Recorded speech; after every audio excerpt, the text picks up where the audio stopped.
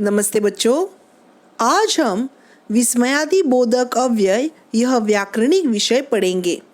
इस चित्र को ध्यान से देखिए।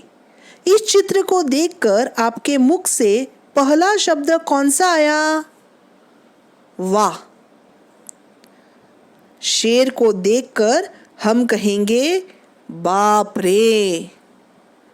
इस कचरे को देखकर हम कहेंगे छी। अगर हमारा दोस्त बीमार है तो हम कहेंगे अरे रे। वाह, बाप रे, छी, अरे रे।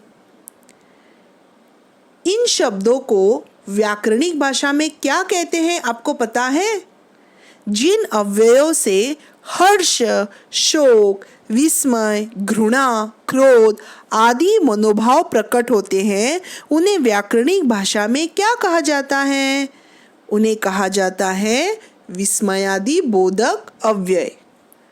अब हम विस्मयादि बोधक अव्यय के कुछ उदाहरण देखते हैं। वाह, तुमने तो कमाल कर दिया। यहाँ पर वाह यह विस्मयादि बोधक अव्यय है। ओ, वह गिर पड़ा।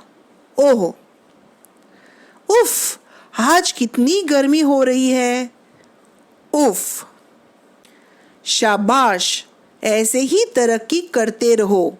शाबाश। अच्छा, तुम कल आना। अच्छा। आशा करती हूँ कि आज का यह विषय आपको अच्छी तरह से समझ में आया होगा। अगली बार फिर से मिलते हैं एक नए विषय के साथ। तब तक के लिए धन्यवाद।